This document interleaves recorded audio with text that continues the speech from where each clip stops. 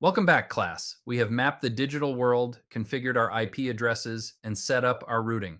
But none of that matters if the physical cables are broken. Today, we are covering CompTIA A plus Core 1, Objective 2.8, Building the Physical Network. We are going to master the exact hardware toolkit you will use every day in the field. Let's establish our golden rule for today. Software cannot fix a broken cable. Every wireless network, every advanced cloud service, and every seamless video call entirely relies on physical infrastructure. If layer 1 is down, the network is down. Your objective for the A plus exam is to master the 8 physical tools used to build, trace, diagnose, and optimize these hardware connections. We will break these tools down by their purpose, starting with the builder's kit. The problem? You have a massive spool of raw copper cable and need to connect an office workstation all the way back to the server room.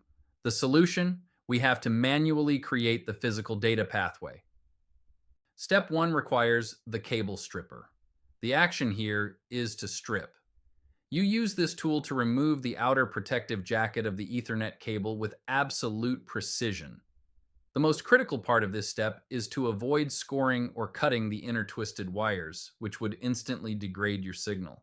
Once the wire is stripped at the patch panel or wall jack, we use the Punchdown Tool. The action is to punch. This tool forcibly terminates the individual copper wires directly into insulation displacement connectors, or IDCs. It pushes the wire down, strips the inner insulation just enough to make electrical contact, and seamlessly cuts off the excess wire in one loud, satisfying punch. If you are making a patch cable to plug into a computer, you use the Crimper. The action is to crimp. This heavy-duty tool forcefully attaches the plastic RJ45 connectors to the ends of your cable.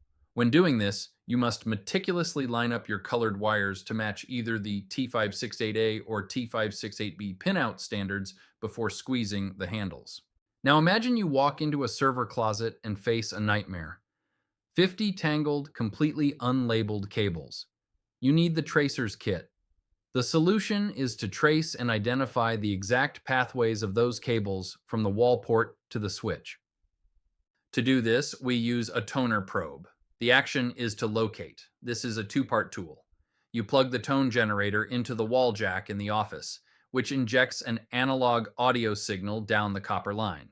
Then, you take the probe into the server closet and wave it over that tangled mess of wires.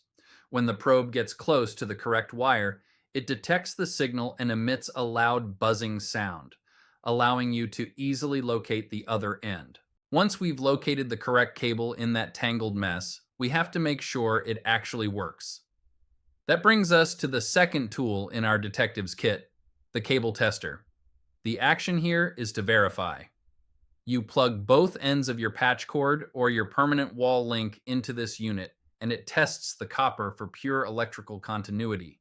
It energizes each individual wire in turn, sending a pulse down the line.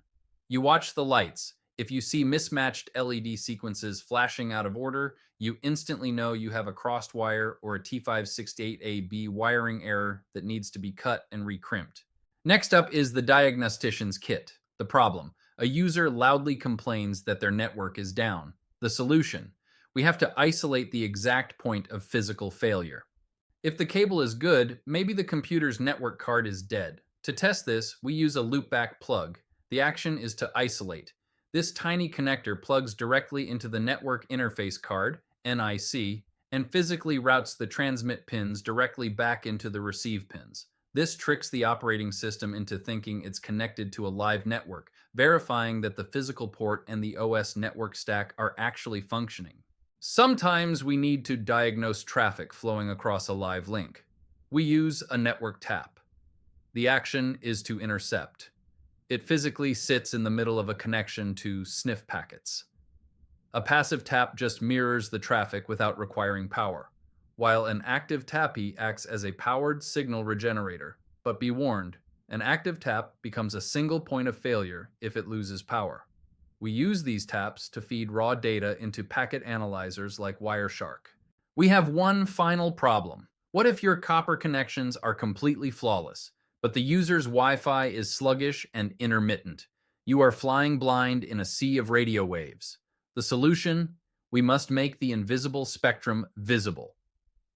To do that, we use a Wi-Fi analyzer. The action is to visualize. This tool measures the raw signal strength in decibel milliwatts, or dBm. More importantly, it visually graphs out all the wireless networks in the area, allowing you to identify channel overlap and congestion so you can optimize your router placement across the 2.4 GHz and 5 GHz frequency bands.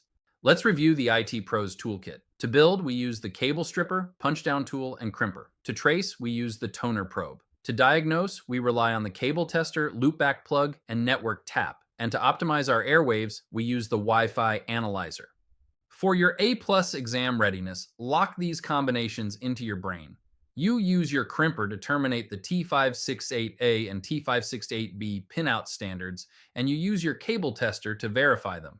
To prevent crosstalk interference when using your Punchdown tool, you must ensure you untwist no more than half an inch of the wire. You are now ready to dominate the physical layer. Let's hit the hardware labs and start terminating some cables.